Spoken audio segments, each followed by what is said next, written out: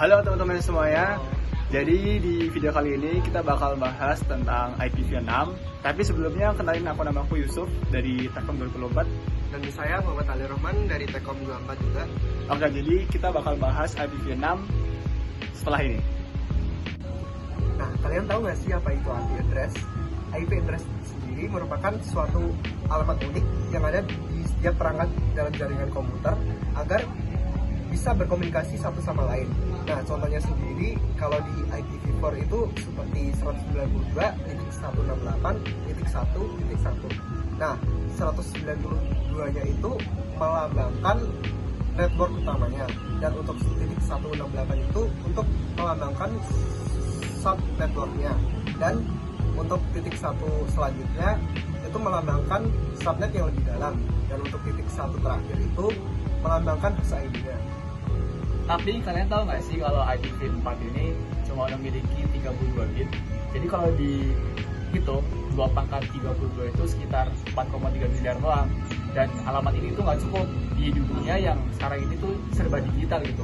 Banyak komponen yang membutuhkan alamat internet. Jadi IPv6 ini muncul sebagai solusi utama daripada masalah tersebut. Oke teman-teman semuanya, kita lanjutkan pembahasan kita tentang IPv6. Oke, jadi IPv6 itu adalah Internet Protocol versi 6, di mana ini adalah generasi terbaru dari sistem alamat IP.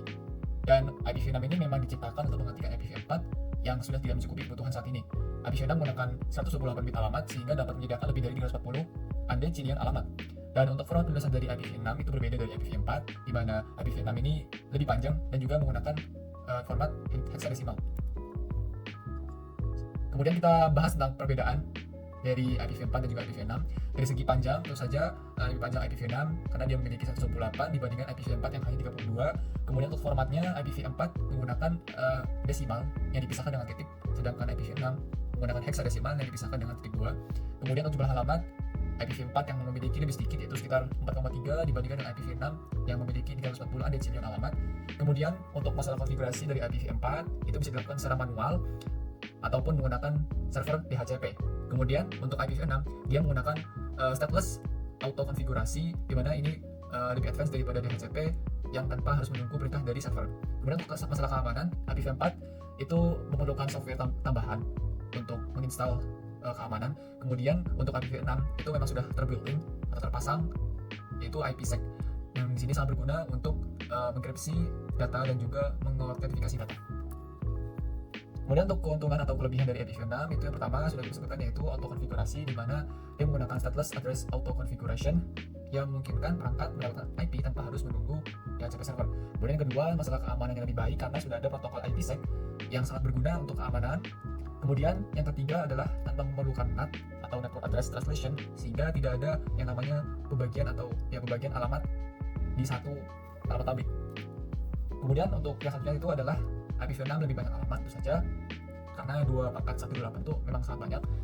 Dan yang terakhir adalah routing lebih efisien karena IPv6 ini disederhanakan sehingga proses routingnya itu lebih cepat, dan juga didukung dengan root aggregation sehingga lebih menghemat memori dan lebih cepat dalam pengiriman datanya. Nah, kemudian di sini ada tantangan implementasi. Yang pertama yaitu ada infrastruktur IPv4 yang masih dominan. Sebagian besar jaringan saat ini itu masih dibangun di atas IPv4, sehingga beralih ke IPv6 tidak bisa langsung begitu saja. Nah, kemudian ada transisi yang membutuhkan biaya dan waktu. Penerapan IPv6 sendiri bukan cuma soal ganti alamat, tapi juga pengadaan perangkat baru, pelatihan teknisi, dan migrasi sistem. Kemudian yang ketiga ada kompatibilitas perangkat yang masih kurang. Banyak perangkat lama, terutama router atau OS versi lama, belum mendukung IPv6 dengan baik. Nah, kemudian yang keempat ada kurangnya SDM ahli yang masih membutuhkan pelatihan untuk teknisi jaringan. Tidak semua teknisi jaringan saat ini tuh familiar dengan konfigurasi IPv6. Nah, hal tersebut akan jadi tantangan tersendiri karena perlu pelatihan ulang, terutama di lingkungan perusahaan. Nah, yang terakhir ada dukungan ISP yang masih terbatas. Beberapa penyedia internet atau ISP di Indonesia belum sepenuhnya menyediakan layanan IPv6 tersebut. Nah, maka dari itu jaringan kita tetap pakai IPv4 untuk koneksi luar. Kemudian ada contoh implementasi. Contoh implementasi yang pertama yaitu contohnya Google. Google sudah mendukung IPv6 di semua layanannya, mulai dari Gmail, Search, sampai YouTube. Nah, kemudian ada Facebook. 80% traffic globalnya, Facebook sudah memakai IPv6 yang membuat aksesnya lebih cepat. Kemudian ada Telkom dan Biznet. Di Indonesia sendiri, ISP seperti Biznet dan Telkom sudah mulai mendistribusikan IPv6 ke pelanggan, baik residensial maupun bisnis. Yang artinya pengguna di Indonesia itu sudah bisa mulai menggunakan jaringan yang lebih cepat dengan IPv6. Dan yang terakhir yaitu Kominfo. Kominfo juga sudah mendorong penggunaan IPv6 sebagai bagian dari roadmap transportasi digital nasional. Kemudian di sini ada study case. Study case yang kami buat yaitu karena IPv4 yang terbatas, maka akan digantikan dengan IPv6. Nah, untuk lengkapnya bisa dibaca sendiri yaitu Internet Protocol versi A. Nah, untuk study case yang kami pilih sendiri yaitu keterbatasan IPv4 yang akan digantikan oleh IPv6. Nah, IPv4 sendiri sudah digunakan berpuluh-puluh tahun, tapi masih memiliki keterbatasan jumlah IP yang tersedia. Nah, untuk mengatasi hal itu, IPv6 itu dikembangkan dengan ruang alamat yang jauh lebih luas agar mengatasi keterbatasan dari IPv4 tersebut. Nah, maka dari itu penting bagi kita untuk memahami implementasi jaringan berbasis IPv6 ini. Di sini saya sudah membuat rangkaian yang terdiri dari router, switch, dan PC yang saya buat di Cisco Packet Tracer dan saya konfigurasi agar memungkinkan berkomunikasi menggunakan protokol IPv6. Topologi jaringan yang saya buat itu sendiri terdiri dari dua router yaitu router 0 dan router 1 yang saling terhubung.